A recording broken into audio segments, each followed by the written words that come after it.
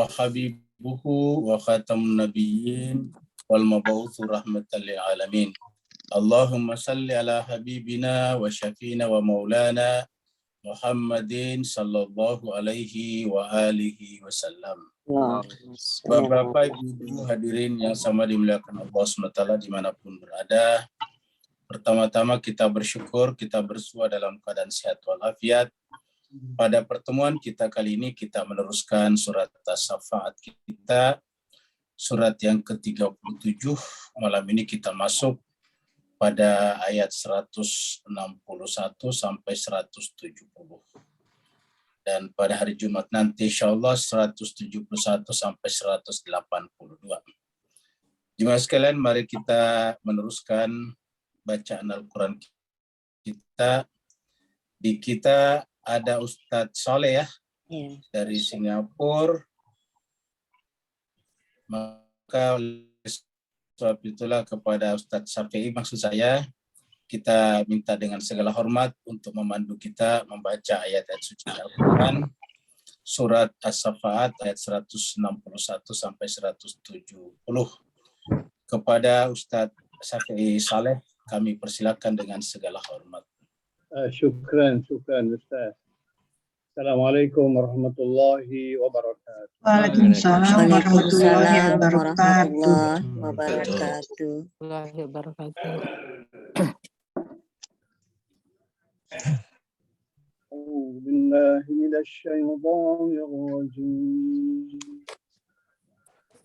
أعوذ بالله من الشيطان الرجيم.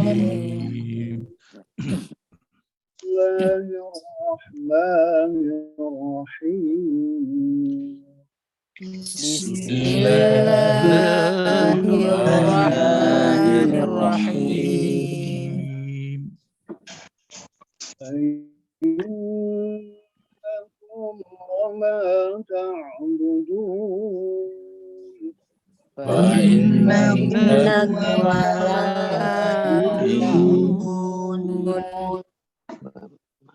فإنكم وما تعبدون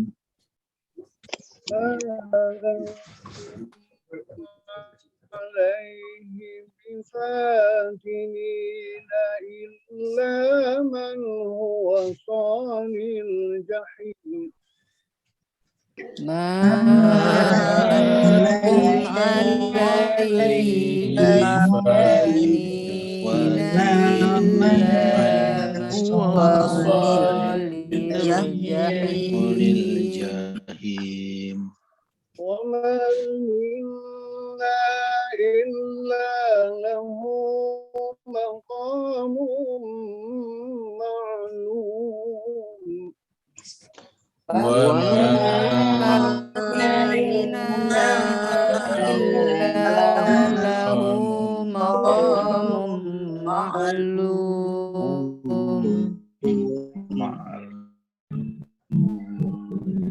وإنا لنحن الصافون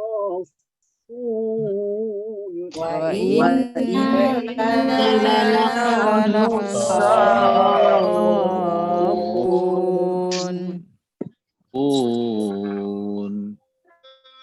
لنحن المسبحون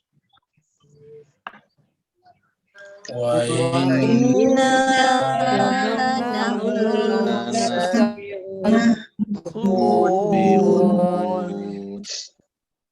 وإن كانوا ليقولون أن عندنا ذكرا من الأولين وإن كانوا يقولون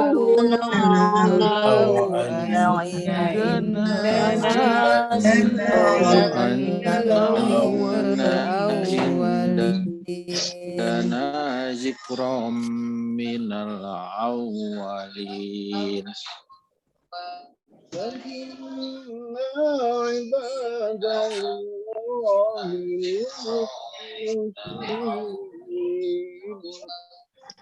لكنا عباد الله Lakunna ibadallahil mukhlasin.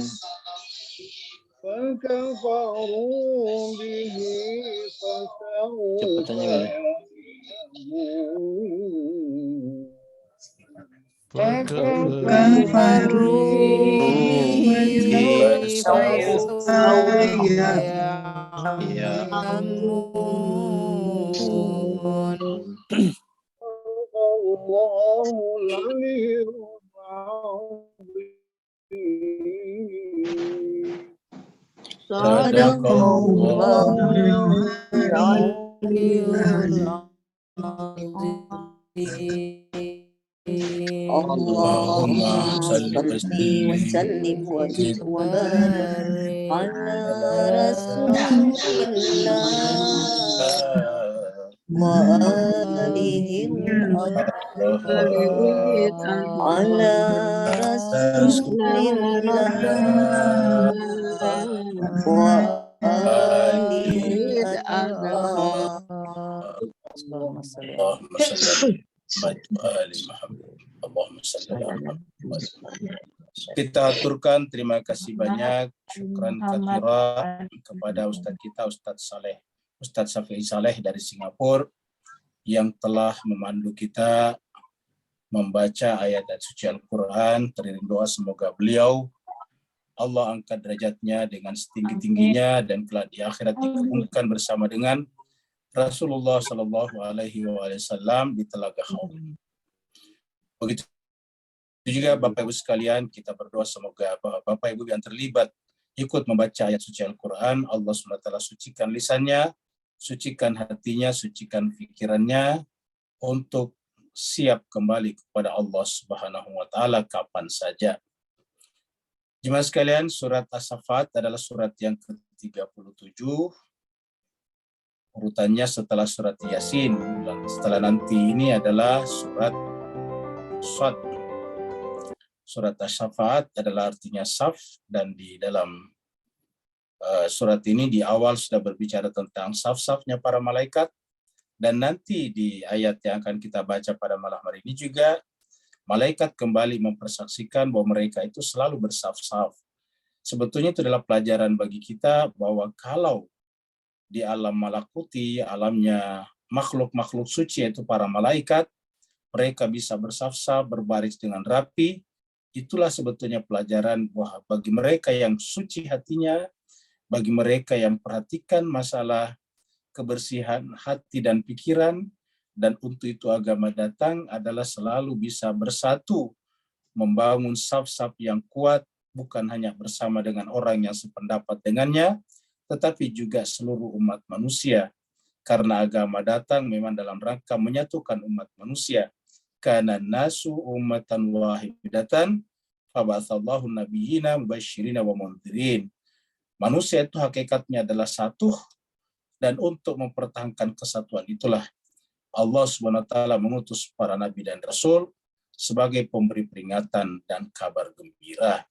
Surat 37, surat As-Saffat turun di Mekah dan karenanya disebut dengan Makkiyah. Jumlah ayat 182 ayat. Pada pembahasan kita kemarin sudah sampai di ayat 160, 159, 160, di mana di sana Allah Subhanahu wa taala di dalam ayat ini berlepas diri terhadap apa yang mereka sifatkan, yaitu bahwa mereka bisa membuat hubungan nasab dengan para jin. Mereka juga mensifatkan malaikat-malaikat dengan berjenis kelamin laki ataupun perempuan. Maka Allah SWT di ayat 159 ini menggunakan kata-kata subhanallah, maha suci Allah, amma yasifun, dari apa yang mereka sifatkan. Artinya apa yang mereka sifatkan itu hanya merupakan zon, merupakan dugaan-dugaan saja, praduga saja, tidak berdasarkan kebenaran. Karena setiap kita berbicara tentang kebenaran harus ada patokannya. Patokannya kita sudah sampaikan, patokan akal, dan akal punya hukum-hukumnya namanya hukum logika, mantik. Yang kedua adalah patokan-patokan kebenaran kitab suci. Setiap agama samawi ada kitab sucinya. Maka untuk mengetahui benar tidaknya sesuatu, kita harus satu meyakinkan, memastikan kitab suci itu adalah benar-benar dari Allah dan tidak tercampur dengan yang lain. Yang kedua, setiap yang kita katakan kebenaran dalam beragama, kita bisa tunjukkan, rujukkan kepada kitab suci tersebut. Ayat mana yang melarang dan ayat mana yang tidak memberikan larangan. Karena dalam Al-Quran, kalau tidak ada larangan, berarti statusnya mubah namanya. Semua yang tidak ada larangannya dalam Al-Quran, kan berarti mubah, boleh-boleh saja dilakukan, sampai pada tingkat bisa sangat penting dilakukan apabila manfaatnya sangat besar bagi masyarakat. Maka berpikir tentang malaikat itu berjenis kelamin, atau mereka bisa membuat nasab dengan jin, ini adalah dugaan-dugaan. Yang ini juga nanti panjang kita bicarakan di dalam surat An-Najm. Surat An-Najm nanti juga akan berbicara panjang tentang ini. Kita sekarang masih berada di surat 37. Surat An-Najm itu adalah surat yang ke-53. Nah, tetapi intinya di dalam ayat ini Allah sudah mengatakan subhanallah. Maha suci Allah amma yasifun, dari apa yang mereka sifatkan. Illa ibadallahil mukhlasin. Jadi yang bisa tidak salah, ingat, yang bisa tidak salah di dalam memahami agama dengan benar, baik dengan pendekatan mantiki atau akal, ataupun dengan pendekatan kitab suci, hanyalah orang-orang yang suci juga. Di sini di terjemahan kata perkataannya disebut dengan orang-orang yang ikhlas. Tapi di bawah sini lebih bagus terjemahannya. Kecuali hamba-hamba Allah yang disucikan, ini dia yang disucikan. Jadi yang di bawah ini kata-kata mukhlasin itu disucikan. Karena khalas itu artinya bersih. Khalas artinya tidak ada lagi penyakit hati pada dirinya. Maka di bawah sini yang menarik, yaitu yang disucikan dari dosa. Jadi, illa ibadallahil mukhlasin. Jadi ini adalah terjemahan Kementerian Agama Republik Indonesia, menyatakan bahwa mukhlasin itu adalah orang yang disucikan dari dosa. Kalau orang disucikan dari dosa kan berarti adalah maksumin namanya. Yaitu hamba-hamba Allah yang tidak pernah berdosa. Dan itu yang disebut dengan bahasa Arab tadi maksum, atau jamaknya maksumin. Jadi illa ibadallahil mukhlasin, kecuali hamba-hamba Allah yang disucikan dari dosa. Jadi kalau kita ingin benar dalam beragama, ya kita merujuk kepada mereka. Karena kata mukhlasin, kata-kata tersucikan dari dosa, artinya tersucikan juga dari salah. Suci daripada keliru, suci daripada gawa. Seperti juga berbicara tentang Nabi Muhammad kita, pada saat menyampaikan kepada kita siapa Nabi Muhammad, dikatakan ma dhalla sahibukum wa ma gawa. Sahabat kamu Muhammad itu tidak mungkin tersesat dan tidak mungkin keliru. Jadi tidak mungkin sesat dan tidak mungkin keliru. Nah, itu terjadi juga pada kaum mukhlasin, orang-orang mukhlasin. Tidak mungkin salah, sesat, dan tidak mungkin keliru. Sehingga dalam berbicara tentang agama, mereka lah yang seharusnya menjadi rujukan tunggal. Rujukan satu-satunya, karena di luar itu bukan berarti buruk, bukan berarti jelek, bukan berarti jahat, tetapi tetap punya kemungkinan untuk salah. Ya, karena apa? Karena selain daripada kebenaran itu adalah zon, dugaan. Dugaan itu artinya apa? Tidak bersetujuan, tidak sama dengan ilmu-ilmu mantik ataukah hukum akal, dan tidak bisa kita temukan rujukannya di dalam kitab suci Al-Quran. Jadi coba kita lihat surat An-Najm di sini ya, biar lebih jelas, supaya pembahasan ini lebih jelas. Ini surat An-Najm ya, ayat surat 53 ayat 27 ya. Sini dikatakan innalladzina la yu'minuna bil akhirati.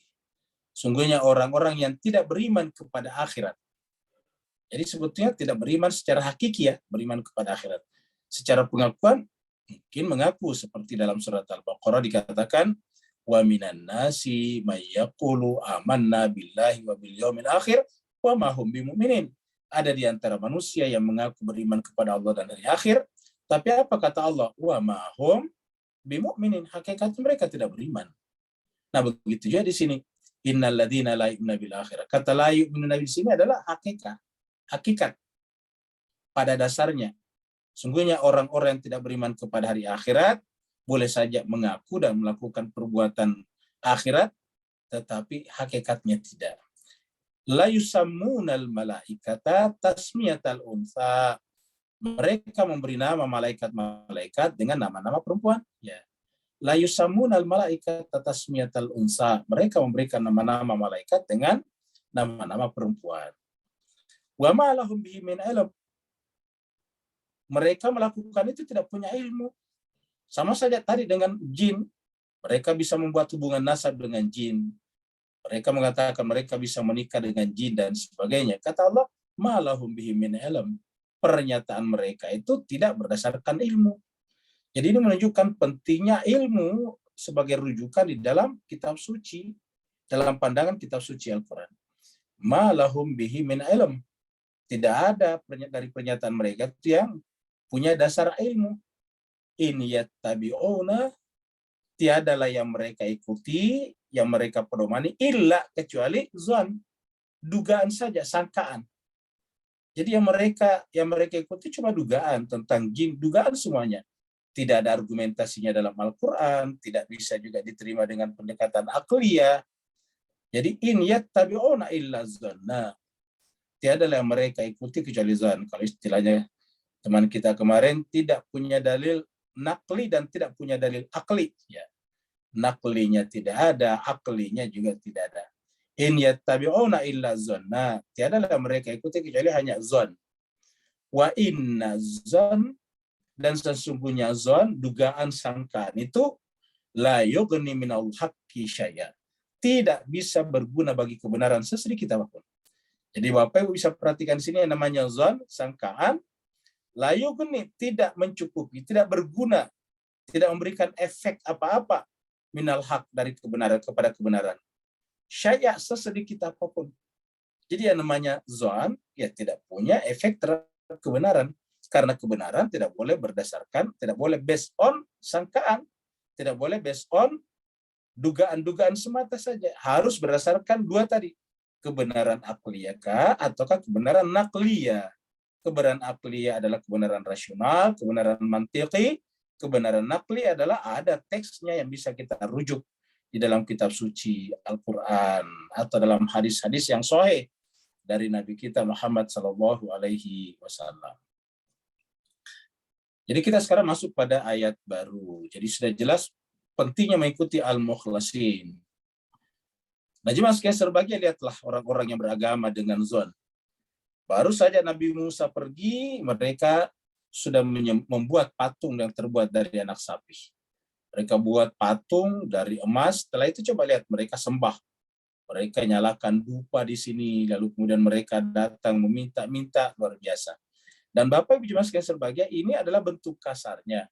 Bentuk halusnya sangat mungkin di dalam jiwa-jiwa kita masing-masing, di dalam kalbu kita, di dalam sukma kita, kita sebetulnya membangun juga patung seperti ini. Patung itu terbuat dari emas, artinya apa? Dari benda-benda materi yang berguna menurut kita. Yang kedua, berbentuk hewan, karena artinya begitu kita menyembah selain Allah, kita telah lebih rendah daripada hewan. Bukankah manusia dalam struktur penciptaan adalah makhluk yang paling mulia?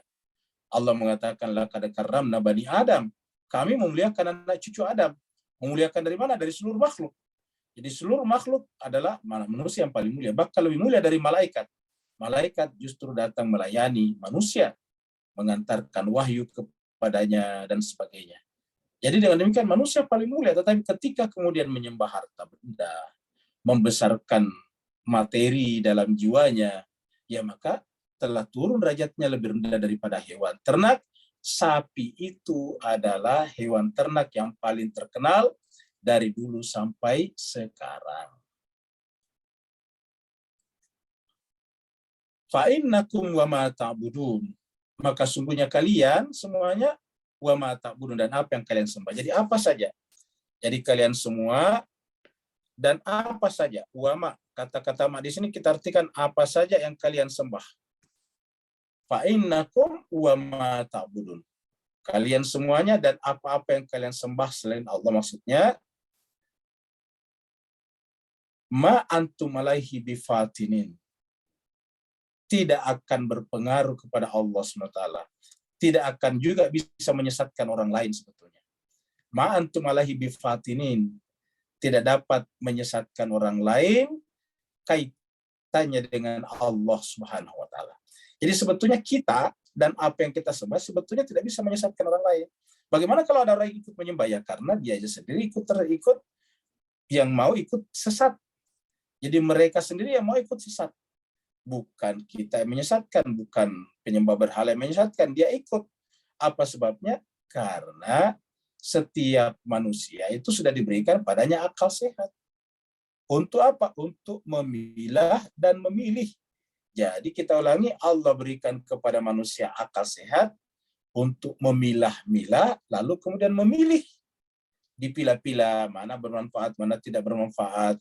Mana yang kebutuhannya jangka pendek, mana yang jangka panjang, mana yang sifatnya abadi, dan mana yang sifatnya fana. Itu kan akal bisa memilahnya. Akal bisa mempelajari itu semuanya. Dengan demikian, sebetulnya manusia lain dan sembahan-sembahan itu tidak bisa menyesatkan kita. Kalau kemudian kita sesat, ya karena kita sendiri yang mau tersesat. Kenapa kita mau tersesat? Ya karena tadi tidak menggunakan dua instrumen itu. Tidak menggunakan instrumen akal pikiran yang Allah berikan kepada kita. Yang kedua, tidak menggunakan instrumen kitab suci, teks-teks agama yang datang dari langit. Kalau kita menggunakan dua saja sumber ini, maka akan sangat menyelamatkan kita dari ketersesatan tersebut. Jadi, ma antum alaihi bifatinin. Kalian tidak akan sanggup untuk fatinin itu sebetulnya memberikan fitnah, menggelincirkan manusia daripada kebenaran. Kalau secara bahasa fatinin yang diartikan di sini sesat, ya. Ma antum, tidak mungkin kalian alaihi berkenaan dengan Allah bifatinin bisa menyesatkan manusia. Maksudnya kamu tidak akan bisa menyimpangkan manusia dari Allah hanya karena apa yang kalian sembah, hanya karena kalian menyembah selain Allah dan apa yang kalian sembah selain Allah. Tidak mungkin. Jadi kalau ada orang yang ikut tersesat, ya yang bersangkutan itu karena tidak menggunakan dua alat tools yang Allah berikan kepadanya, yaitu akal pikirannya, yang kedua ada kitab suci yang ada di tangannya.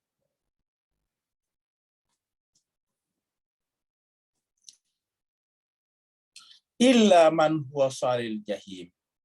Kecuali benar-benar orang yang mau masuk ke dalam neraka jahanam. Illa man huwa salil jahim, yang mau masuk ke dalam api neraka jahanam. Kecuali yang mau masuk ke neraka jahanam ini. Ya. Illa man huwa salil jahim. Jadi orang yang mengikuti ketersesatan secara otomatis yang bersangkutan sendiri memang menginginkan masuk ke dalam neraka jahanam. Kalau kita urut dari atas pembahasan kita, berarti tidak memfungsikan, tidak mempergunakan akal sehat, dan tidak menggunakan kitab suci, pada dasarnya adalah penyebab orang masuk ke dalam neraka jahim. Kemudian ada kemarin pertanyaan kita, kan akal punya batasan. Batasan akal cuma satu, yaitu zatnya Allah Subhanahu wa Ta'ala. Zatnya Allah Subhanahu wa Ta'ala. Jadi, yang tidak mampu dipikirkan oleh akal adalah zat Allah SWT, karena zat Allah SWT itu adalah benar-benar basit hakikah. Hakikatnya adalah sederhana. Namanya basitul hakikah. Dia adalah basit dalam pengertian yang sungguhnya. Basit itu sederhana. Sederhana dalam pengertian tidak terstruktur, tidak tersusun. Ketika dia tidak terstruktur dan tidak tersusun, maka akal tidak mampu menjangkaunya. Dan ketidakmampuan akal menjangkaunya, bahwa akal tidak mampu menjangkau sesuatu yang sifatnya very simple, sangat sederhana, yang disebut dengan bahasa irfan dengan basitul haqiqah itu. Karena segala sesuatu termasuk yang kita pikirkan itu harus tersusun. Tersusun dari materi dan bentuk, ataukah tersusun dari jenis dan fasal ataukah pembedaan. Rumpun namanya, rumpun hewan, rumpun air, ada rumpun-rumpunnya tuh. Jadi manusia masuk dalam rumpun hewan misalnya, rumputan masuk dalam rumpun tumbuh-tumbuhan, tanaman-tanaman. Itu harus ada rumpunnya masing-masing. Ya. Nah, jadi cuma sebagai ada rumpunnya. Malaikat masuk dalam rumpun makhluk-makhluk non materi. Jadi ada rumpun-rumpunnya namanya. Nah, ketika kita masuk dalam rumpunnya, baru kemudian kalau kita mendefinisikan sesuatu, dibedakan posisinya di dalam rumpun tersebut. Karena namanya rumpun banyak anggotanya. Kalau bahasa matematiknya dulu namanya himpunan universal. Dalam himpunan universal ada bagian-bagiannya. Jadi bisa dibagi-bagi lagi berdasarkan himpunan-himpunan yang lebih kecil. Nah, begitulah harus ada pembedanya namanya. Nah, sehingga kemudian dalam memikirkannya harus mencari rumpunnya dan mencari diferensianya ataukah fasal pembedanya. Nah, satu-satunya zat yang tidak memiliki rumpun dan pembeda karenanya adalah zat Allah Subhanahu wa taala. Makanya itulah yang tidak sanggup dijangkau oleh akal pikiran kita, dan ketidaksanggupan akal ke sana juga adalah masuk akal. Selain daripada itu akal mampu, dan produk daripada akal nantinya yaitu ilmu yang menyempurnakan jiwa manusia. Jadi yang menyempurnakan jiwa manusia bukan akal, tetapi akal menjadi instrumen, tools untuk menjadi sempurnanya akal. Kenapa? Karena dengan akal manusia berpengetahuan, dan dengan pengetahuan itulah manusia menjadi sempurna jiwanya. Nabi mengatakan awwaluddin ma'rifatullah. Dari kata ma'rifat, mengenal itu adalah ilmu. Dan yang bisa melakukan itu adalah orang yang menggunakan akal pikirannya. Nah, orang-orang yang di luar itu adalah illa man huwa salil jahim. Kecuali kalau memang dia sendiri yang masuk ke dalam neraka jahim. Jadi neraka jahim ini adalah di luar konteks akal. Makanya ini sejalan, ayat ini sejalan dengan surat Al-Mulk. Jadi itulah sebabnya Al-Quran itu tidak mungkin bertentangan satu sama lain. Dalam surat An-Nisa dikatakan afala yatadabbaruna al-Qur'an walau kana min indi ghairillah lawajadu fi ikhtilafan katsira. Kenapa manusia itu tidak mentadaburi Al-Qur'an? Kalau Al-Qur'an itu berasal bukan dari Allah, pasti di dalamnya terjadi kontradiksi. Artinya karena Al-Qur'an datang dari Allah, tidak boleh terjadi kontradiksi. Karena kontradiksi itu adalah bertentangan dengan hukum akal. Jadi namanya hukum akal itu diantaranya adalah aslut tanaqud, yaitu bahwa dia tidak boleh saling bertentangan satu sama lain. Prinsip non kontradiksi namanya. Nah, jadi cuma sekian serba. Jadi prinsip akal, prinsip kausalitas, prinsip matematis, dan terakhir adalah prinsip non kontradiksi. Jadi tidak boleh kontradiksi. Nah, cuma sekian serbagia, gimana kita tahu bahwa orang yang tidak menggunakan akalnya masuk neraka jahanam ini? Nah, seperti yang saya tadi katakan, bisa kita lihat dalam surat Al-Mulk. Ya. Mari kita lihat dalam surat Al-Mulk. Ya. Surat Al-Mulk. Suratnya, nah kita pakai ini bagus ya. Surat 67.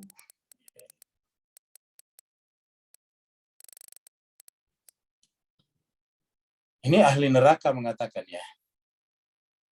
Waqalu, dan mereka, ini ahli neraka ini. Sekiranya dahulu kami mendengar, kami tidak akan masuk ke neraka yang menyala-nyala. Jadi penghuni neraka.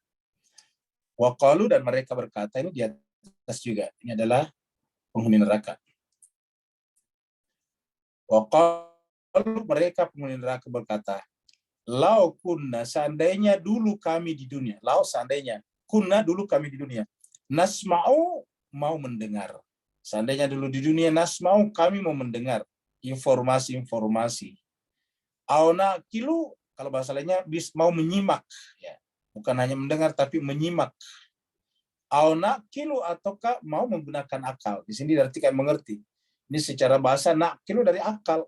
Seandainya dulu di dunia kami mau menyimak, dari hasil simakan itu kami menggunakan akal. Ini bisa diartikan tasawur dalam bahasa epistemologi. Lalu kemudian ini adalah tasdik. Jadi seandainya kamu melakukan tasawur lalu melakukan tasdik, makunna fi ashabis sa'ir, maka kami tidak mungkin menjadi penghuni neraka yang menyala-nyala. Kami tidak mungkin menjadi penghuni neraka yang menyala-nyala. Itu kata Al-Quran. Jadi artinya apa? Penyebab orang masuk neraka jahanam adalah karena tidak mau menyimak, tidak mau melakukan tasawur, dan tidak mau melakukan pekerjaan tasdik, tidak menggunakan akalnya. Nah, sama tadi di sini. Ya. Di dalam ayat ini. Jadi, orang yang menyembah berhala dan berhala mereka sembah sebetulnya tidak menyesatkan kita. Kalau kita Ikut sesat ya karena kita memang telah mengambil jalan menuju kepada neraka jahim. Wa ma minna illa lahu maqamun ma'lum. Sedangkan kami ini para malaikat, jadi ini adalah malaikat. Wa ma minna, dan kami ini ma minna, tiadalah di antara kami malaikat ini illa kecuali. Jadi wa ma minna, dan tiadalah di antara kami malaikat ini kecuali lahu, bagi tiap-tiap malaikat itu, bagi tiap-tiap kami ini maqamum ma'lum, ada tugas-tugas tertentu baginya. Jadi sudah ada tugasnya. Maqam di sini kita artikan tugas. Maqam kedudukan, tugas juga cocok.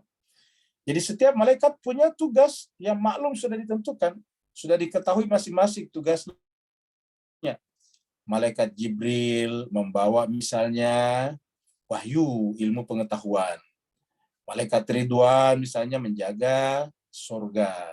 Malaikat Malik, neraka. Begitulah masing-masing ada tugasnya. Bahkan masih banyak malaikat yang tidak disebutkan dalam Al-Quran. Mereka juga adalah makhluk di atas alam nasut kita, alam malakuti. Dan kita sebetulnya juga adalah berasal dari alam malakuti, lalu masuk ke bumi ini. Itulah sebabnya dalam diri kita ada malaikat. Nah, supaya malaikat kita itu tetap jadi malaikat, harus jangan sampai kita dikalahkan oleh kehidupan di muka bumi. Karena kita aslinya dari atas, dari alam malakuti, diturunkan ke bumi ini. Nah sekarang kita di atas alam malakut lebih tinggi lagi. Kenapa? Karena kita mampu melawan hawa nafsu yang ada di muka bumi ini. Kalau kita mampu melakukan itu, maka makom kita lebih tinggi daripada makom malaikat itu. Sehingga tadi katakan walaqad karramna bani Adam. Anak cucu Adam, kenapa? Adam itu diciptakan dari tanah. Tanah artinya apa? Dari bumi. Bumi artinya ada keindahan material. Lalu kemudian mampu menahan, mampu melepaskan diri dari jerat-jerat kesenangan material itu, lalu kemudian meluncur ke atas secara vertikal, maka yang bersangkutan disebut dengan lebih mulia daripada malaikat. Jadi malaikat mengatakan wa ma minna illa lahu maqamun ma'lum. Kami malaikat-malaikat ini sudah punya tugas yang telah tertentu baginya. Ya, ada tugasnya menurunkan hujan, ada tugasnya menjaga bola bumi untuk tetap berputar secara konstan. Masing-masing ada. Walaupun yang kita sebut, yang kita baca dalam Al-Quran cuma 10, tetapi sebetulnya malaikat itu banyak sekali.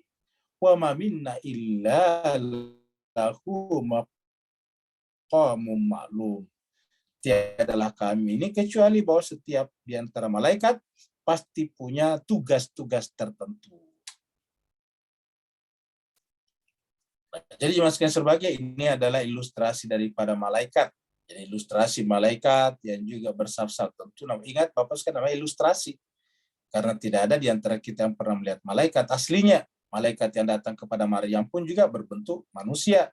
Yang datang kepada Nabi Ibrahim berbentuk manusia. Lalu apa bedanya kalau dia bukan manusia biasa? Ya dia hanya bentuk saja, tidak punya materi. Makanya ketika datang kepada kepada Nabi Ibrahim, disuguhi dengan makanan yang lezat, yang enak, mereka tidak makan, tidak menyentuhnya. Ketika Nabi Ibrahim heran, kenapa kamu tidak makan? Barusan ada tamu tidak makan. Dia katakan kami adalah malaikat utusan Tuhan. Nah, malaikat artinya apa? Bukan makhluk material dan karenanya tidak butuh makanan. Berarti yang hadir di depan Nabi Ibrahim, ya bentuk-bentuk saja. Begitu juga malaikat yang datang di mihrabnya Maryam. Tiba-tiba ada berbentuk laki-laki sempurna di sana. Ya, basyaran sawiyah, berbentuk manusia sempurna di sana. Lalu kenapa boleh berduaan dengan kenapa Tuhan mengirim dia di sana berduaan dengan Maryam, padahal Maryam ini perempuan? Ya karena yang namanya malaikat tidak punya fisik, tidak punya materi, dan karena tidak punya hawa nafsu. Iya. Maka kemudian kata malaikat itu, jangan khawatir, saya adalah malaikat utusan Tuhan yang diutus untuk menyampaikan berita bahwa kamu akan punya anak. Nah begitu saja. Setelah itu menghilang lagi. Nah begitulah jemaah sekalian berbahagia. Jadi malaikat itu datang hanya dalam bentuk saja, tidak punya materi. Karena kalau materi itu ya pasti dari alam materi, paling tidak kalau di bumi dari tanah, dari air dan sebagainya. Nah jadi ini adalah ilustrasi namanya. Ilustrasi ini juga bentuk, yang namanya gambar itu cuma bentuk. Kalau punya bendanya ya aslinya, bukan gambar. Kalau misalnya kita lihat di atas kanvas ada kuda, itu namanya gambar kuda. Walaupun mirip sekali, tapi itu gambar kuda. Kalau kuda asli, ya ada dagingnya, ada ada tulangnya, ada nyawanya, bergerak-gerak, meringkik, dan sebagainya. Wa inna lanahnu safun. Nah, ini dia pengakuannya malaikat. Dan sesungguhnya kami, kata malaikat, sesungguhnya kami, lanahnu, benar-benar kami ini, lanahnu, lamnya di sini taukid. Benar-benar kami ini as-safun, bersaf-saf. Jadi kata malaikat ini, kami ini benar-benar bersaf-saf. Wa inna lanahnu safun. Kami ini benar-benar bersaf-saf. Ya, jadi malaikat itu bersaf-saf. Mereka tidak iri hati saat di antara mereka. Kenapa? Tidak punya hawa nafsu. Jadi kalau ada iri hati di antara kita, ada dengki, dendam, dan sebagainya, yang menyebabkan susah untuk membangun saf, membangun persatuan, masing-masing ingin jalan sendiri, masing-masing mau bikin ini dan itu, kelompok, maka kemudian itu karena apa? Karena kita masih ada hawa nafsu. Nah, malaikat-malaikat ini tidak ada hawa nafsu. Itu Allah SWT memilihkan kita bahwa supaya agama ini tetap menjadi alat untuk menyatukan umat manusia, agama harus dipandu oleh orang-orang mukhlasun tadi. Orang-orang yang sudah tersucikan dari dosa artinya tidak lagi dipengaruhi, diintervensi, dikooptasi oleh hawa nafsunya, oleh pertimbangan subjektifnya, oleh pertimbangan emosionalnya. Tidak lagi. Sehingga inilah juga terjadi pada malaikat bersaf-saf. Wa inna lanahnu safun. Dan sungguhnya kami adalah orang yang bersaf-saf. Jadi jemaah sekalian berbahagia, maka kita lihat selalu yang menyimpang dari jalan kebenaran itu adalah yang selalu keluar daripada pakem kesucian. Selalu ada hawa nafsu. Makanya jemaah sekalian berbahagia, pada kelompok manapun juga ada seperti itu. Kenapa? Karena selalu ada orang yang masih dipengaruhi hawa nafsunya. Di kalangan Sunni juga ada, di kalangan Syiah juga ada. Di kalangan Syiah, jangan pikir Syiah itu cuma satu. Syiah juga macam-macam. Ya, sama-sama mengakui saat terjadi perpisahan antara Syiah yang lain dengan Zaidiyah namanya. Begitulah seterusnya. Sampai kemudian ke bawah terpisah lagi antara Syiah yang lain dengan, jadi dengan Ismailiyah, itu kan sama dari Syiah juga. Begitulah seterusnya Bapak Ibu jemaah sekalian. Apa mendahulukan, lagi mendahulukan kepentingan subjektif dan emosionalnya. Nah, sedangkan malaikat-malaikat ini kenapa bisa bersaf-saf? Karena mereka tidak punya kepentingan subjektif dan emosional. Karena malaikat tidak punya kepentingan subjektif emosional, malaikat itu murni bersifat objektif rasional. Maka malaikat itu juga adalah terdiri daripada akal. Bahkan Ibnu Sina mengatakan bahwa mereka malaikat Jibril itu disebut dengan akal juga, akal pertama. Jadi jemaah sekalian berbahagia, jadi malaikat itu adalah kecerdasan, malaikat itu adalah kepintaran. Kita manusia, dari mana asalnya hawa nafsu? Pernah kita gambarkan dulu. Hawa nafsu itu terbawa oleh tubuh jasmani kita. Tubuh jasmani kita itu butuh makanan. Maka sering kita ribut gara-gara makanan. Tubuh jasmani kita butuh minuman. Sering sekali manusia ribut karena minuman. Manusia itu terdiri daripada tubuhnya butuh rumah. Sering manusia ribut karena warisan rumah. Manusia itu terdiri daripada tubuhnya jasmani. Dia butuh misalnya kendaraan. Manusia sering terlibat korupsi karena ingin membeli kendaraan yang tidak terjangkau secara finansial olehnya. Begitulah seterusnya. Jadi kita dipengaruhi oleh itu semuanya. Nah, maka ketika manusia itu sudah tidak dipengaruhi lagi oleh hawa nafsunya, maka kemudian disebutlah al-mukhlasun. Dalam Al-Quran dikatakan, yuridullah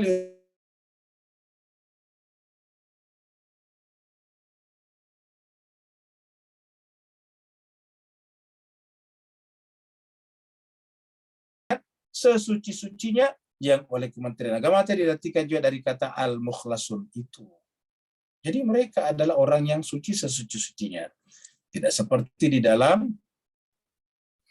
ayat ini misalnya, kita lihat surat 79, surat An-Nazi'at. Surat An-Nazi'at ayatnya sekitar 40.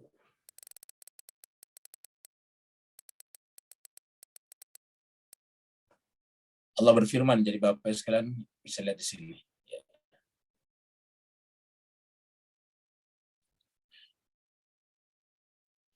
ayat 40 tadi. Nah, ini dia. Wa amma man khafa, dan ada pun orang-orang yang khafa takut. Wa amma man, adapun orang-orang yang khafa takut maqama rabbi, tidak mencapai maqam Tuhannya, tidak fana di dalam kebakaan Tuhannya. Jadi kita artikan ini tidak fana dalam kebakaan Tuhannya. Karena semuanya kan harus memfanakan dirinya, karena aslinya memang fana. Kulluman alaiha fan. Semuanya harus fana. Wa yabqa wajhu rabbika dzul jalali wal ikram. Yang baka hanyalah kedudukan Tuhanmu. Jadi siapa yang takut tidak mencapai kedudukan Tuhan, yaitu tidak baka, karena siapa yang tidak baka di dalam, siapa yang tidak fana di dalam kebakaan Tuhan, berarti dia berdiri sendiri, dia telah menentukan, dia mengabadikan dirinya sendiri. Wa amma man khafa maqama rabbih, adapun orang-orang yang takut tidak mencapai maqam Tuhannya, tidak baka di dalam, tidak fana di dalam kebakaan Tuhannya, wa nahan nafsa, lalu kemudian menahan, membentengi, memelihara an-nafs, dirinya, jiwanya, anil hawa, dari al-hawa, hawa nafsunya. Jadi kalau kita takut tidak sampai kepada maqam Tuhan, maka yang harus kita lakukan apa? Nahan nafs anil hawa. Harus membentengi, harus melindungi an-nafs, diri kita, jiwa kita dari mana? Al-hawa. Apa itu hawa? Subjektivitas. Apa itu hawa? Emosionalitas. Subjektivitas itu pertimbangannya individu.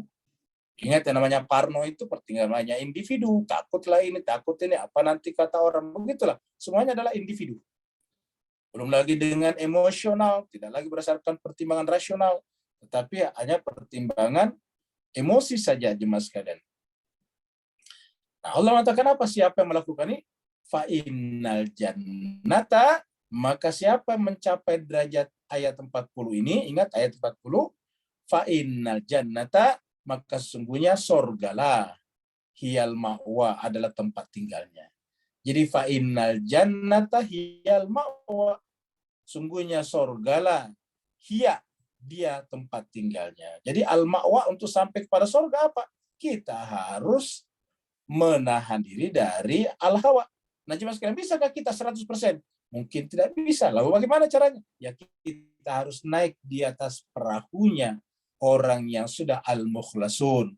Makanya berkali-kali kita temukan dalam surat As-Saffat dan surat lain kata-kata illa ibadallahil mukhlasun, kecuali hamba Allah yang mukhlas. Jadi kita harus ikut bersama mereka.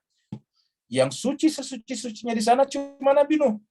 Tetapi orang-orang yang naik di atas perahu Nabi Nuh ikut selamat. Yang suci pada saat Nabi Musa dikejar Fir'aun itu hanya Musa dan Harun saja. Tetapi seluruh Bani Israel yang ikut padanya ikut diselamatkan. Kenapa? Karena dia bersama dengan al-mukhlasun. Begitulah seterusnya. Nabi Muhammad kita adalah al-mukhlasun. Apa yang terjadi? Ketika Nabi hijrah ke Yastrib, maka semua orang yang ikut ke hijrah ke Yastrib adalah diberikan jaminan dalam Al-Quran, selamat dunia dan akhirat. Lalu kemudian, kenapa? Ya karena ikut bersama dengan sang mukhlasun. Begitulah jemaah sekalian. Jadi wa inna lanahnu safun, kata malaikat. Kami adalah hamba-hamba. Kami adalah malaikat-malaikat yang benar-benar kami bersaf-saf. Jadi Bapak Ibu sekalian, apa yang buat kita bersaf-saf? Apabila kita mampu menyingkirkan dorongan-dorongan emosionalitas dan subjektivitas kita.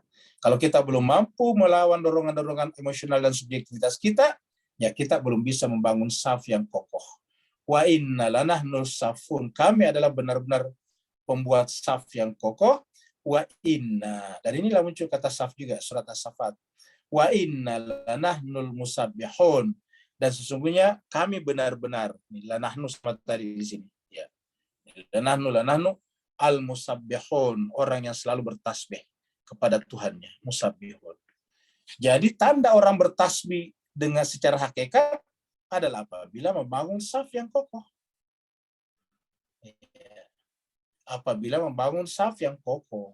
Makanya jemaah sekalian berbahagia, tanda membangun saf yang kokoh itu adalah bertasbih. Tanda bertasbih itu adalah peduli kepada makhluk-makhluk Allah, termasuk apalagi sesama orang beriman. Makanya hadis Nabi mengatakan, man lam yahtamma bi umuril mu'minin falaysa minhum. Siapa yang tidak peduli kepada urusannya kaum mukminin bukan bagian daripada orang mukmin. Jelas sekali ini hadisnya. Sering dikutip hadis-hadis ini. Man lam yahtamma bi umuril mu'minin falaysa minhum. Siapa yang tidak peduli dengan urusan kaum mukminin maka bukan bagian daripada mereka. Apa urusan mukminin paling penting sekarang? Persatuan, membangun saf yang kokoh. Ya. Jadi wa inna lanahnul musabbihun, dan kami kata malaikat adalah benar-benar bertasbih. Dan ini juga selalu dikemukakan malaikat. Pada saat Allah akan mengangkat khalifah di muka bumi, maka kemudian yang dibicarakan malaikat juga adalah ini. Ya, mari kita lihat surat Al-Baqarah. Ya, kita lihat surat Al-Baqarah. Surat 2. Ya, ayatnya 30. Allah berfirman, wa idh qala rabbuka, dan ingatlah tatkala Tuhanmu berfirman, lil malaikati, kepada para malaikat. Kepada malaikat. Ini sungguhnya aku ini kata Tuhan, aku ini Allah. Ja'ilun, akan mengangkat, kita artikan mengangkat. Menjadikan fil ardi, di muka bumi, khalifatan. Ayat ini menjelaskan kepada kita, namanya khalifah itu bukan diangkat oleh manusia. Ingat, ulangi lagi. Ya, namanya khalifah di muka bumi bukan diangkat oleh manusia, tapi diangkat oleh aku, kata Tuhan. Diangkat oleh Allah. Kalau bahasa kerennya, ya namanya khalifah itu adalah domainnya Allah SWT, bukan domain manusia. Jadi kalau ada khalifah tapi dipilih oleh manusia, ya bukan khalifatullah fil ard. Ya namanya khalifatullah fil ard adalah diangkat oleh Allah. Ini kata ayat ini. Ini akulah ja'ilun, yang menjadikan fil ardi, di muka bumi, khalifah. Lalu apa kata malaikat? Ini kan malaikat yang dia bicara, lil malaikat. Lalu apa kata malaikat? Malaikat berkata, ataja'alu, menggunakan kata taja'alu. Kenapa? Karena sini ja'ilun, ja'ala juga. Wahai Tuhan, ataja'alu, apakah engkau akan melantik, mengangkat fiha, di muka bumi itu, man, makhluk yang yufsidu fiha, hanya membuat kerusakan di muka bumi. Yufsidu fiha, membuat kerusakan di muka bumi. Wa yasfiqud dima, dan menumpahkan darah. Jadi artinya apa? Malaikat membantu kita mendefinisikan bahwa yang namanya khalifah di muka bumi yang diangkat Allah adalah tidak mungkin melakukan kerusakan di muka bumi dan tidak mungkin menumpahkan darah. Jadi kalau mau menyerang, saling menyerang, ya bukan. Ya. Bagaimana Nabi berperang? Nabi kan mempertahankan negaranya, mempertahankan komunitasnya, membela masyarakatnya. Itu bukan namanya menumpahkan darah. Yang menumpahkan darah di sana adalah para penyerang yang datang dari jauh-jauh. Bayangkan Madinah dengan Mekah jaraknya 700-an kilometer. Pada saat itu berapa lama perjalanan? Mereka memobilisasi pasukan untuk datang ke Madinah, mengepung Madinah untuk menumpahkan darah para pengikut Nabi. Nabi membela diri. Jadi Nabi di sana bukan yasfiqud dima. Jadi Al-Quran mengatakan siapa yang kerjanya membuat kerusakan di muka bumi, wa yasfiqud dima, dan membuat dan menumpahkan darah, atau berbuat sesuatu yang bisa mengarah kepada pertumpahan darah, maka itu bukanlah bagian daripada khalifatullah fil ard. Wa nahnu, sementara kami, kata malaikat, nahnu di sini kami malaikat. Ingat tadi berkali-kali juga dalam ayat sebelumnya, nahnu, la nahnu, ini la nahnu. Kami di sini, ya selalu kami malaikat, ya karena banyak. Wa nahnu, sementara kami malaikat, nusabbihu, ini nusabbihu, bertasbih, ya. Ini yang kita temukan di sini nih, al-musabbihun ini, ya. Wa inna lanahnul musabbihun, sungguhnya kami malaikat ini adalah musabbihun. Apa namanya bertasbih? Yaitu melepaskan Allah dari berbagai macam kemustahilan. Karena dengan bertasbih kepada Allah, kita akan bisa fana. Tidak bisa kita fana ke dalam kebaikan Allah kalau kita tidak bertasbih. Makanya tasbih ini ada perintah dalam Al-Quran, yaitu sabbihisma rabbikal a'la alladzi khalaqa fasawwa walladzi qaddara fahada. Bertasbihlah dengan menyucikan, dengan menjauhkan nama Tuhanmu dari berbagai macam kemustahilan. Sabbihisma rabbikal a'la, karena dialah yang paling tinggi, al-a'la. Jadi malaikat mengatakan wa nahnu nusabbihu bihamdika wa nuqaddisu laka. Kami bertasbih memuji engkau, tidak pernah memuji diri kami, memuji kemampuan kami, wa nuqaddisu laka, dan tidak juga mensucikan kami. Dan kami menyucikan kau maksudnya. Jadi Bapak Ibu sekalian, ini yang kita sebut kemarin dengan istilah tauhid fi'il, af'al dengan tauhid sifat. Tidak ada lagi perbuatan, tidak ada sifat yang bukan dari Allah. Nahnu nusabbihu bihamdika. Semua perbuatan, semua sifat yang kami puji adalah Allah. Karena tidak ada sifat yang bukan bersumber daripada sifat Allah. Tidak ada perbuatan yang bersumber bukan dari perbuatan Allah Subhanahu wa taala. Wa nuqaddisu laka, qala, Allah menjawab, inni a'lamu ma la ta'lamun. Saya mengetahui apa yang kalian tidak ketahui. Kata tidak ketahui yang tidak tertera di sini yaitu bahwa yang namanya Khalifatullah fil ardh tidak mungkin menumpahkan darah dan tidak mungkin membuat kerusakan di muka bumi, yang diistilahkan tadi dengan al-mukhlasun. Mereka adalah orang-orang yang terjaga, bersih hatinya dari berbagai macam hal-hal yang bisa mengantarkan kepada pertumpahan darah dan kerusakan di muka bumi. Jadi wa inna lanahnu safun wa inna lanahnul musabbihun. Dan kami ini benar-benar adalah makhluk yang kerjanya bertasbih. Jadi bertasbih itu adalah mengaktifkan fungsi malakuti kita. Bersaf-saf itu, membangun saf yang kokoh adalah memfungsikan makhluk malakuti kita. Ini adalah surat As-Saffat, surat 37. Kita sudah sampaikan di awal pembahasan ini bahwa ada surat Saf lagi berdiri sendiri satu, surat 61, surat As-Saff. Dan di sana juga Allah menjelaskan, Allah mencintai orang-orang bangun saf. Nah, kita lihat surat As-Saffat, surat As-Saff itu tadi As-Saffat, sekarang surat As-Saff, surat 61. Kalau As-Saffat itu adalah malaikat, kalau surat As-Saff ini adalah orang beriman. Nah, ini surat As-Saff. Bukan As-Saffat, As-Saffat itu bentuk jamaknya. Ini As-Saff tunggal. Sabbaha lillahi ma fis samawati wa ma fil ardh. Bertasbih kepada Allah apa yang ada di langit dan apa yang ada di bumi. Wa huwal azizul hakim. Al-Aziz, Maha Perkasa, Al-Hakim, Maha Bijaksana. Ya ayyuhalladzina amanu, wahai orang-orang beriman, lima taquluna, kenapa kalian mengatakan sesuatu ma la taf'alun, apa yang kalian tidak kerjakan? Apa yang dikatakan mengaku beriman padahal tidak mendatangkan keamanan bagi orang lain. Kan orang beriman itu adalah orang yang aman, amanah dan aman. Ya ayyuhalladzina amanu, wahai orang beriman, lima taquluna, kenapa kalian mengatakan sesuatu yaitu mengatakan kami beriman, kami siap mengamankan siapa saja yang ada di sekitar kami. Malah falu, tapi kalian tidak menunjukkan fakta tentang itu. Baru kemudian kabura maqtan indallah. Alangkah besar murkah, amarah indallah di sisi Allah, antaqulu ma la ta'lamun, ma la taf'alun, mengatakan sesuatu apa yang kalian tidak kerjakan. Jadi mengatakan beriman tapi tidak mendatangkan keamanan bagi orang di sekitarnya. Mengaku beriman tetapi tidak mendatangkan keamanan bagi lingkungan hidupnya. Kabura maqtan indallah antaqulu ma la taf'alun. Nah, yang dicintai Allah siapa? Yang berjuang membangun saf. Membangun saf artinya apa? Tidak mungkin melakukan perbuatan yang bisa mengganggu. Ayat berikutnya, Innallah, sungguhnya Allah, yuhibbul ladzina, mencintai orang-orang yang yuqatiluna fi sabilihi, berperang di jalan Allah, safan. Ini adalah safan, bersaf-saf. Safan dalam bentuk saf, barisan. Ka'annahum bunyanun marsus.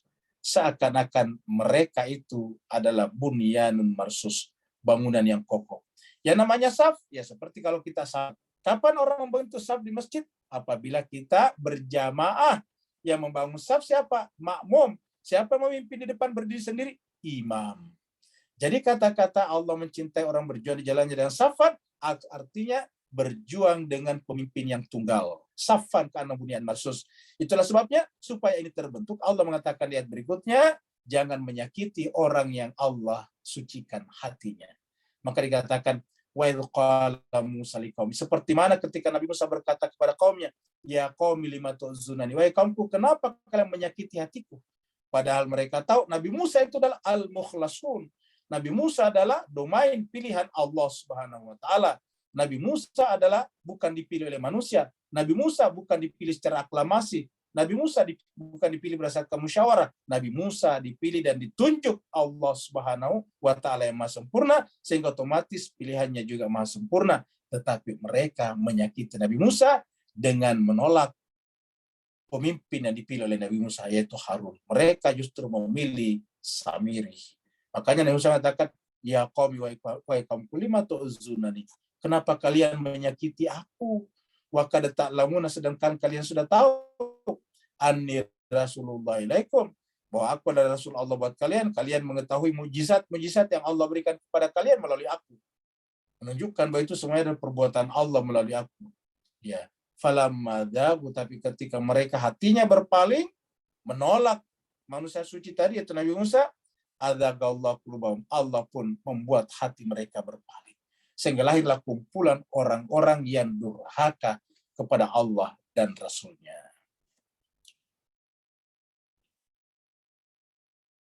Ini adalah contoh kurang lebih Ka'bah pada zaman dahulu kala.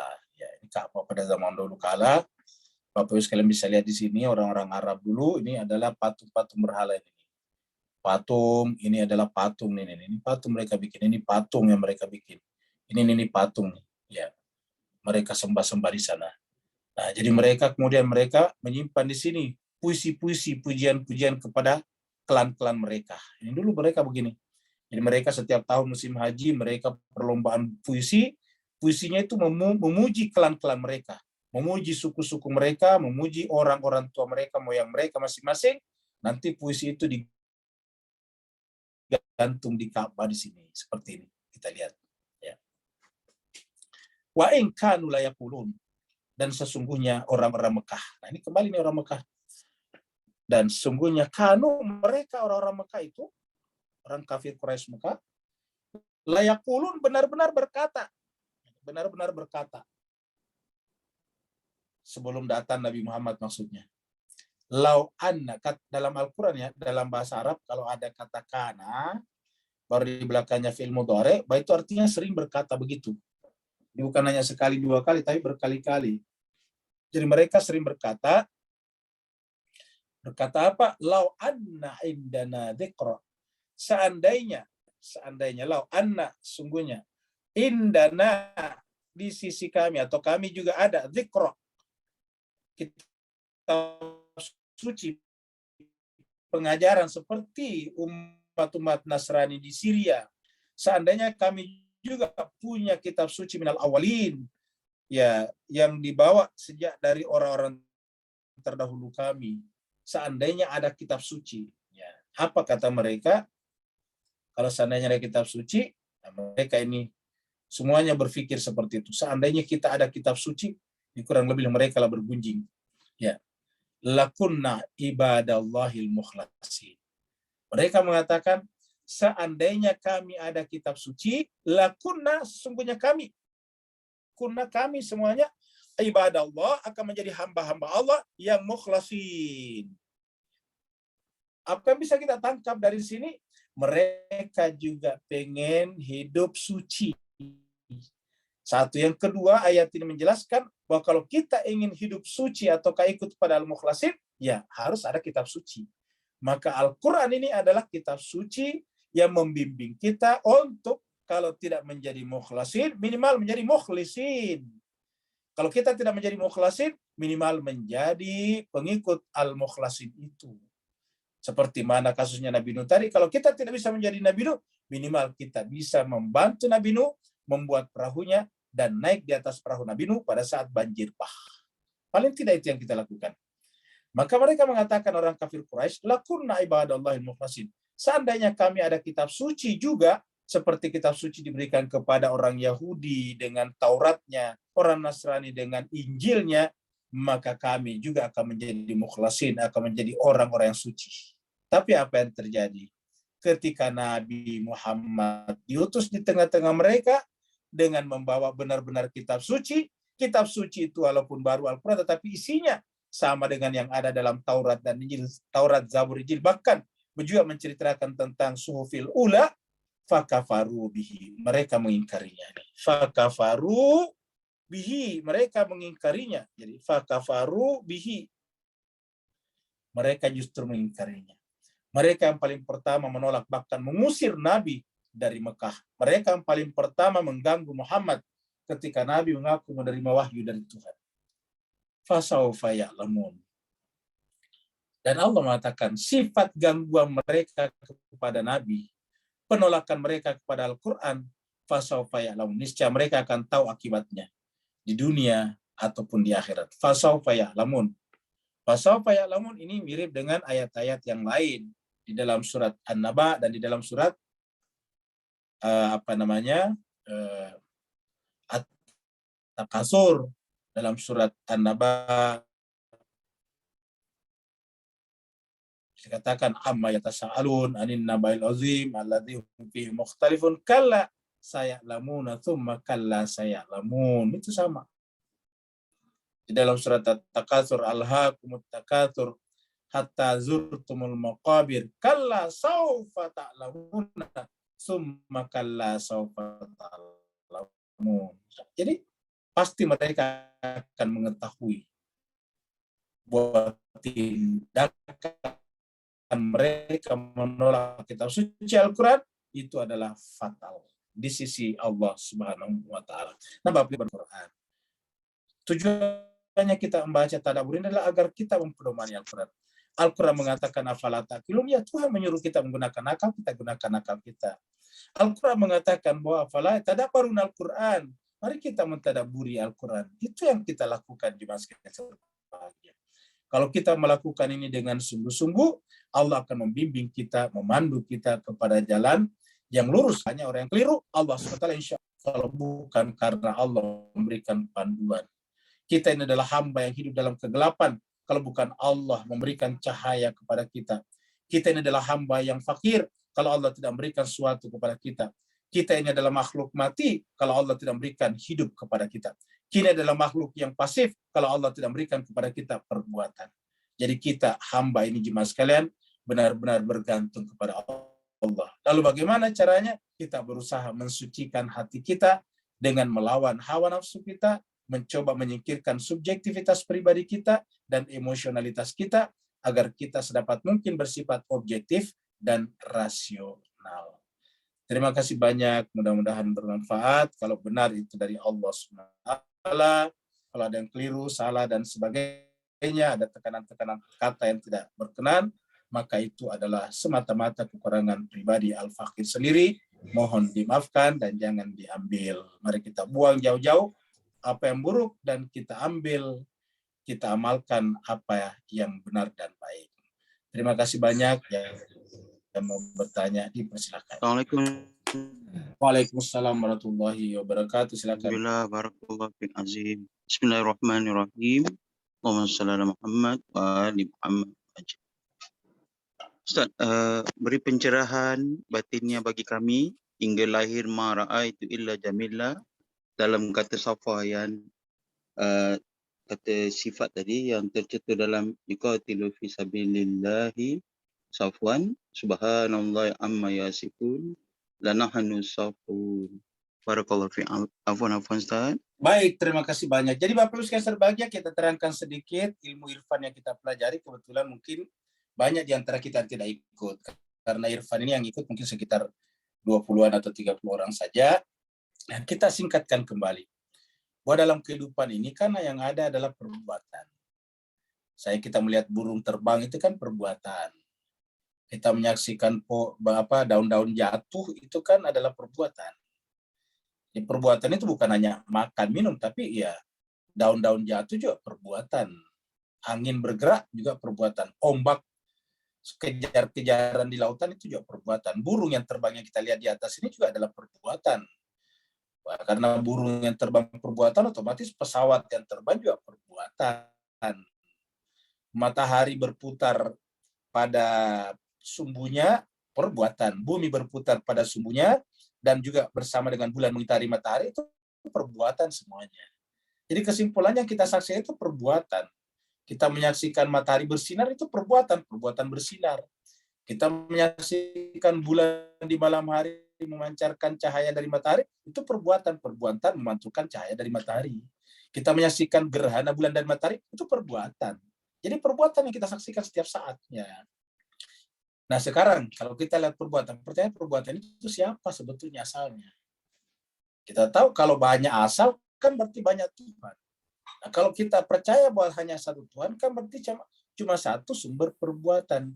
Nah ketika kita mengakui bahwa hanya satu sumber perbuatan, maka kita mengakui namanya tauhid af'al, tauhid perbuatan. Bahwa yang namanya perbuatan itu sumbernya cuma satu, yaitu perbuatan Tuhan semuanya. Jadi kalau kita melihat burung terbang, itu perbuatannya Tuhan. Kalau kita menyaksikan daun-daun jatuh, itu perbuatan Tuhan.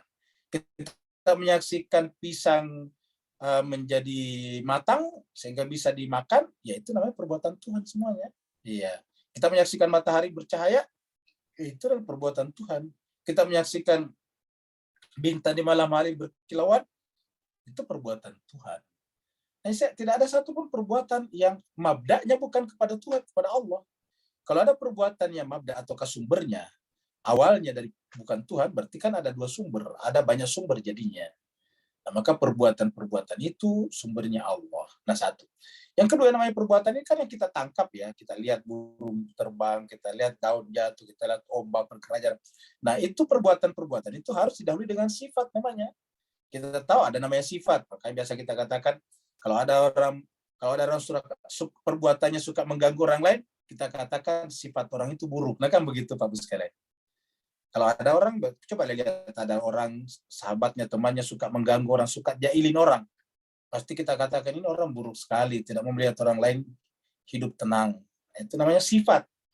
Jadi perbuatan itu dimulai daripada sifat. Ya.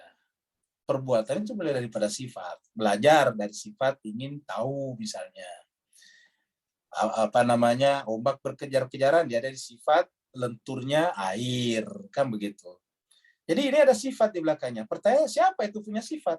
Lagi-lagi sumber sifat semuanya adalah Allah. Nah kalau kita mengatakan bahwa perbuatan itu pasti ada sifat di belakangnya yang menjadi pondasinya, dan sifat itu sumbernya Allah, maka semua sifat apapun juga, sifat kerasnya batu, sifat lenturnya air, sifat-sifat yang lain, itu adalah juga sumbernya dari Allah. Ini yang disebut dengan tauhid sifat. Sekarang, kalau ada sifat kan ada sumber zat namanya. Jadi ada sumber zatnya. Kalau af'al itu majmuk, sifat juga majmuk, walaupun lebih sedikit daripada perbuatan, maka sampai di zat tidak ada majmuk. Tidak ada pluralitas, tidak ada plural. Iya. Jadi kalau perbuatan masih banyak, masih beragam. Kalau sampai pada tingkat sifat sudah mulai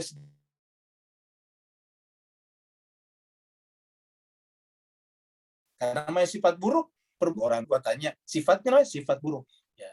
Lalu kemudian yang namanya zat sumbernya cuma satu tunggal, dan ini benar-benar tidak terbagi kepada yang lain, yaitu Allah SWT. Kalau sifat masih terbagi kepada makhluk, perbuatan terbagi kepada makhluk. Kita lihat burung terbang. Najimah sekalian. Jadi ketika kita menyaksikan perbuatan-perbuatan di sekitar kita dan kita menyadari perbuatan itu punya sifat dan sifat itu punya sumber pada zat yang tunggal, maka kita akan menyaksikan bahwa semuanya itu bersumber dari zat Allah Subhanahu wa Ta'ala yang tunggal itu, yang tidak bisa dijangkau akal pikiran itu, karena dia adalah basitul haqiqah. Kalau kita sudah menyadari ini semuanya, kita marah itu illa jamila. Tidak ada lagi yang kita saksikan kecuali keindahan. Kenapa? Tidak ada yang kita saksikan kecuali adalah zat Allah Subhanahu wa Ta'ala sebetulnya. Karena zat Allah yang tunggal, yang merupakan rahasia dari segala rahasia, itu yang mengeluarkan sifat. Sifat dari Allah itulah yang mengeluarkan perbuatan di alam panca indera. Di alam panca indera kita menyaksikan burung terbang, itu adalah perbuatan yang keluar dari mana? Sifat. Begitulah seterusnya, sehingga yang kita saksikan tidak ada lagi selain daripada perbuatan Allah, lahirlah istilah ma ra'aitu illa jamila. Ada lagi yang lain? Ya, assalamualaikum warahmatullahi Yang lain Bapak wabarakatuh. Yusuf? Oh, siapa yang mau bertanya? Saya bertanya, Ustaz. Ya, silakan Pak Suwandi, silakan Pak. Ini kajian 2 hari lalu Senin kemarin, Ustaz. Kan dikatakan oleh Ustaz ya bahwa jenis laki perempuan itu perlu regenerasi begitu kata. Yaitu kan di dunia. Yang ingin saya tanyakan apa di idealnya dikatakanlah kita ada masuk di surga itu. Apa kan tidak ada regenerasi lagi. Apa masih perlukan laki perempuan begitu, Ustaz? Itu terima kasih. Baik, terima kasih banyak Pak Sen. Makanya 2 malam lalu kita sudah jawab bahwa berbicara tentang laki perempuan di alam malakuti, ya kan alam malakuti termasuk alam sorga, itu tidak relevan lagi. Ya, apakah di sana berjenis laki perempuan? Wallahu alam, tapi tidak relevan. Karena kalau laki perempuan itu relevansinya kaitannya dengan regenerasi, kaitannya dengan berketurunan. Ya, kita misalnya bicara hewan-hewan, karena hewan-hewan berketurunan, ya ada jantan dan betina. Kenapa? Karena berketurunan. Bayangkan kalau kita manusia berketurunan, terus ayam tidak berketurunan. Wah, siapa yang kasih kita daging ayam? Siapa yang kasih kita telur setiap hari? Sedangkan ayamnya sudah punah, sudah tidak berketurunan. Nah, maka supaya manusia yang berketurunan ini tetap bisa terpenuhi kebutuhan hidupnya setiap hari, maka makhluk-makhluk hidup di sekitarnya juga berketurunan. Tumbuh-tumbuhan juga berketurunan, hewan-hewan juga berketurunan. Dan karenanya di sana ada pasangan-pasangan, ada laki-laki, ada perempuan, ada jantan dan betina, ada putik dan sari berpasangan supaya apa? Supaya terjadi keturunan. Nah, kalau kita sampai di surga kan tidak ada lagi keturunan, tidak ada lagi laki dan perempuan.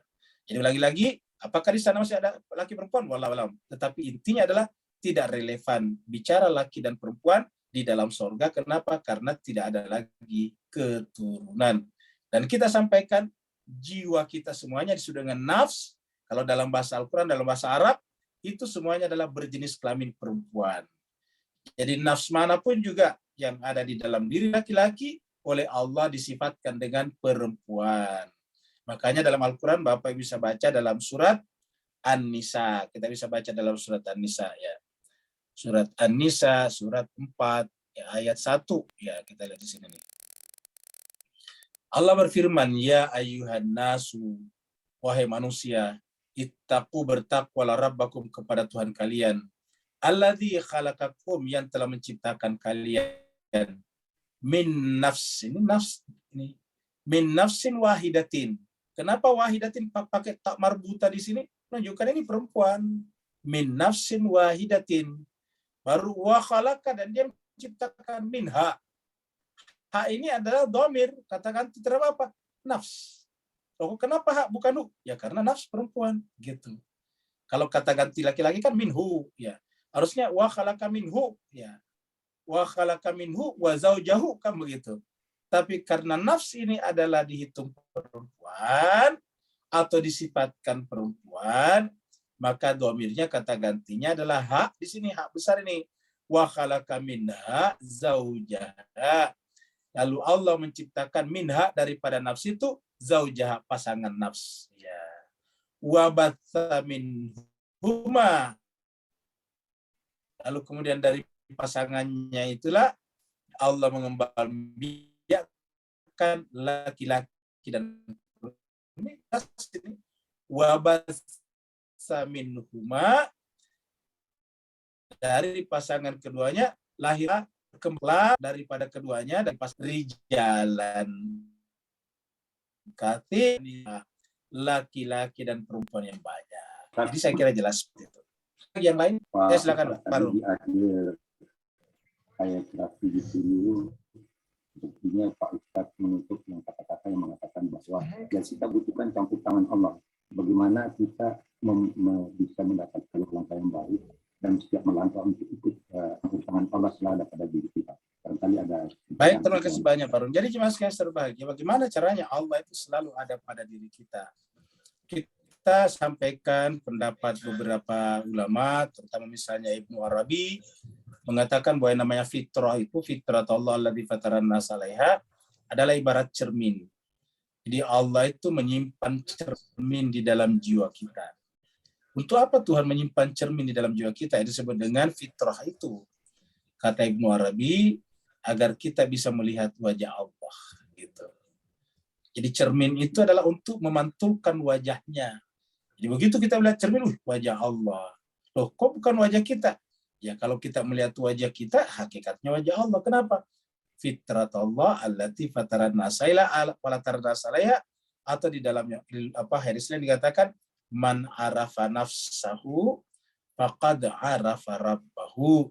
Siapa yang mengenal dirinya nafsnya, maka dia akan mengenal Tuhannya. Bisa dikatakan siapa yang melihat dirinya dengan bening, maka dia melihat Tuhannya juga dengan bening. Nah, dengan demikian ketika kita menjadikan fitrah kita sebagai cermin, adalah tugas kita membersihkan cermin itu. Ya namanya fitrah itu membersihkan sebersih-bersihnya. Karena kalau di dalam cermin itu banyak noda, banyak bercak-bercak hitam, maka kita tidak akan bisa menyaksikan wajah Allah dengan sempurna dan dengan bening. Oleh sebab itulah tugas kita mensucikan jiwa kita. Sebetulnya cerminnya tidak terganggu, cuma ada noda-noda hitam menempel di sana. Noda-noda itu yang banyak menjadi hijab namanya. Nah, itulah sebabnya pada saat kita berpuasa, sebetulnya kita diajarkan membersihkan noda-noda hitam itu. Karena noda-noda hitam itu masuk melalui hawa nafsu kita, yaitu urusan makan, minum, dan hubungan suami istri kita. Maka kemudian pada saat berpuasa, tidak boleh makan, tidak boleh minum. Ujungnya apa? Ujungnya namanya Idul Fitri, kembali kepada fitrah. Seperti itu, Pak. Jadi intinya adalah bagaimana caranya mensucikan jiwa kita. Marilah kita, tugas kita sekarang adalah bagaimana menghilangkan amarah pada diri kita, bagaimana menghilangkan dendam, bagaimana menghilangkan iri hati, dengki dalam diri kita kepada orang lain. Jadi mas yang berbahagia, kalau dalam bahasa yang sering kita gunakan, mari kita menghilangkan sifat subjektif dan emosional di dalam jiwa kita. Karena sifat subjektif itu adalah hawa nafsu, emosional juga adalah hawa nafsu, sedangkan untuk masuk ke dalam surga, tadi dikatakan dalam surat An-Nazi'at, wa amma man khafa maqama rabbih wa nahan nafsa 'anil hawa fa innal jannata hiyal ma'wa. Sungguhnya orang-orang yang takut tidak mencapai maqam Tuhannya, maka dia menjaga nafsunya dari hawa nafsunya, maka orang itulah yang pantas menjadi tempat tinggalnya adalah surga. Innal jannata hiyal ma'wa. Nah, maka kalau ini kita sampai ke tingkatan seperti ini, maka tugas kita menjaga jiwa kita. Pertanyaannya, apakah kalau kita menjaga jiwa kita dari subjektivitas dan emosional, lantas kita tidak boleh berbeda pendapat? Berbeda pendapat ini harus dipelihara, karena dengan berbeda pendapat kita bisa memperkaya pengetahuan kita. Tetapi di dalam menyikapi perbedaan ini tidak boleh menggunakan emosi, tidak boleh menggunakan kata-kata yang kasar, tidak boleh menggunakan pendekatan subjektif. Jadi kita mengkritik apa pendapat yang berbeda, menurut kita ini kurang tepat, ini kurang tepat. Gimana kurang tepatnya? Ini tidak perlu kita menyerang pribadinya orang, menyerang kelompoknya orang, dan sebagainya. Karena kalau menyerang pribadi dan kelompok, nah itu berarti memantik namanya amarah, memantik namanya dendam, iri hati, dengki, permusuhan tadi. Dan itu adalah sifat-sifat iblis. Seperti itu, Pak. Ya, sama-sama. Yang lain lagi? Ada 2 pertanyaan di kolom chat dan 1 permintaan doa. Silakan, Ustaz. Baik, yang pertama dari Sinta. Berkaitan penjelasan di ayat 166. Jadi ini adalah surat As-Saffat. Al-Musabbihun artinya melepaskan Allah dari kemustahilan. Jadi musabbihun itu kalau secara bahasa bertasbih ya. Bertasbih. Tapi bertasbih sendiri kata sabah itu artinya menjauh. Makanya berenang itu disebut dengan juga sabih. Sabah itu berenang juga. Karena kalau tasbih itu artinya menjauhkan Allah dari sifat-sifat yang mustahil dari baginya. Jadi contohnya kalau kita berenang, itu kan namanya berenang dari tepi keluar, memang berenang. Mulai dari tepi sampai keluar, jadi menjauh dari tepi, menjauh dari bibir pantai, menjauh dari bibir kolam renang, itu namanya itu namanya berenang. Nah, begitu juga kalau kita bertasbih, berarti melepaskan Allah dari berbagai macam sifat-sifat yang sifatnya sifat makhluk, bukan sifat Allah. Gitu. Ustadz, Nah, seperti ya ini kan kalimatnya kalimat positif ya, melepaskan Allah. Berarti itu kerja akalnya kita ya Ustadz? Jawabannya iya, itulah pekerjaan akal kita. Makanya dikatakan bahwa akal itulah yang melahirkan pengetahuan, pengetahuan melahirkan kesempurnaan, gitu. Ya, baik. Terima kasih Ustadz. Iya, sama-sama. Berikutnya lagi dari Pak Ahmad Burhanuddin, semoga sehat Pak Burhannya, supaya kembali seperti sedia kala.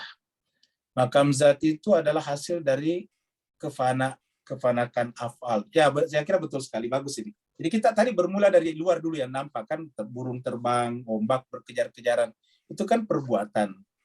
Nah, semua perbuatan-perbuatan itu kan berasal dari sifat. Sifat itu tidak nampak. Yang nampak itu perbuatan. Nah, pada saat kita mengatakan bahwa setiap perbuatan bermula dari sifat dan tidak ada perbuatan sebelum sifat, berarti artinya apa?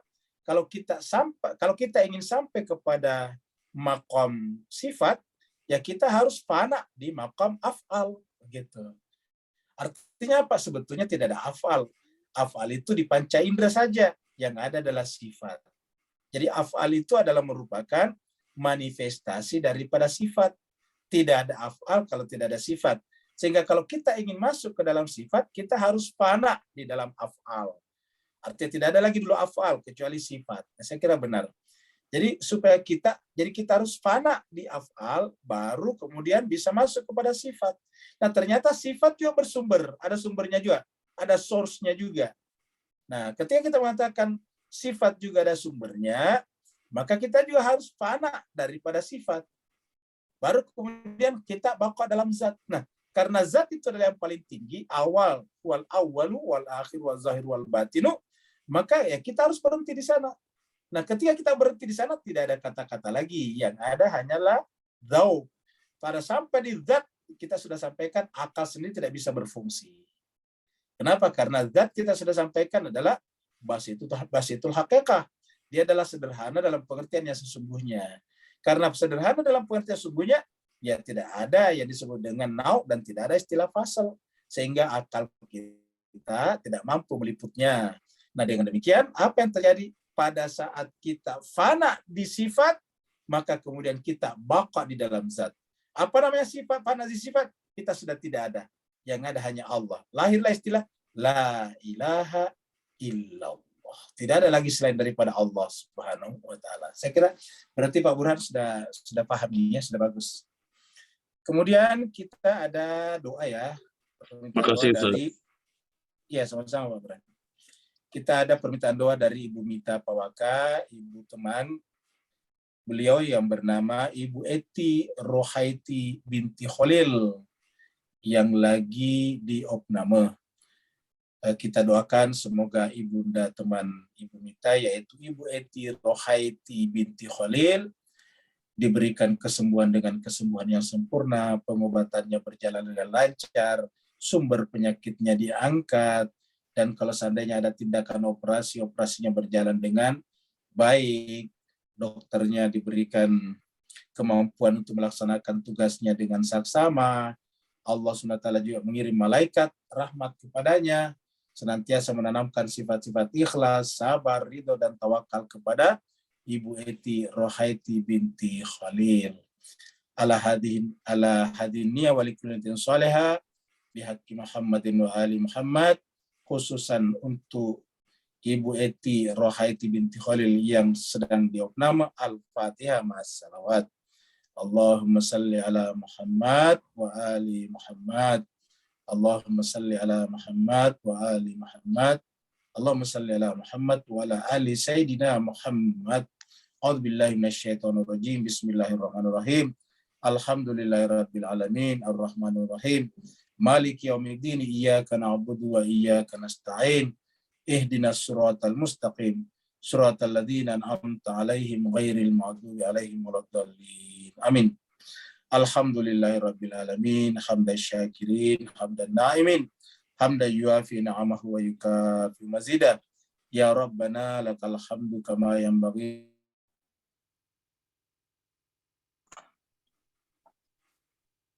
Allahumma salli ala Muhammadin wa ala ali Muhammad. Allahumma rabbana ighfir lana dzunubana wa liwalidina warhamhuma kama rabbayana shaghara wa li jami'il muslimina wal muslimat wal mu'minina wal mu'minat al ahya'i minhum wal amwat bi rahmatika ya arhamar rahimin. Khususan untuk hamba-Mu ya Allah, ibunda dari teman kami, Ibu Eti Rohaiti binti Khalil yang sedang diopnam di rumah sakit, ya Allah. Ya Allah, Kamulah sumber daripada segala penyakit. Dan tidak akan ada kesembuhan kecuali kesembuhan yang datang dari sisi-Mu. Ya Allah Tuhan kami, berikanlah kesembuhan yang sempurna kepadanya. Angkatlah sebab-sebab penyakitnya. Kembalikanlah kesehatannya seperti sedia kala. Berikanlah sifat-sifat ikhlas, sabar, ridho, dan tawakal kepadanya. Penuhilah kebutuhan lahir dan batinnya selama sakit. Tanamkanlah rasa cinta dan kasih sayang kepada orang-orang yang ada di sekitarnya. Dan ya Allah Tuhan kami, jadikanlah penyakit Ibu Eti Rohaiti binti Khalil ini sebagai asbab Engkau ampunkan segala dosa dan kesalahannya. Dan Kamu dekatkan kepadamu dengan sedekat-dekatnya. Allahumma rabbana atina fid dunya hasanah wa fil akhirati hasanah wa qina adzabannar. Wa sallallahu ala sayyidina Muhammad. Subhana rabbika rabbil izzati amma yasifun. Wassalamun alal mursalin walhamdulillahi rabbil alamin wa alafu minkum. Wassalamualaikum warahmatullahi wabarakatuh. Waalaikumsalam warahmatullahi wabarakatuh. Terima kasih Ustaz. Terima kasih Ustaz. Terima kasih Ustaz. Terima kasih Pak Ibu Dokter. Terima kasih Bu Riri.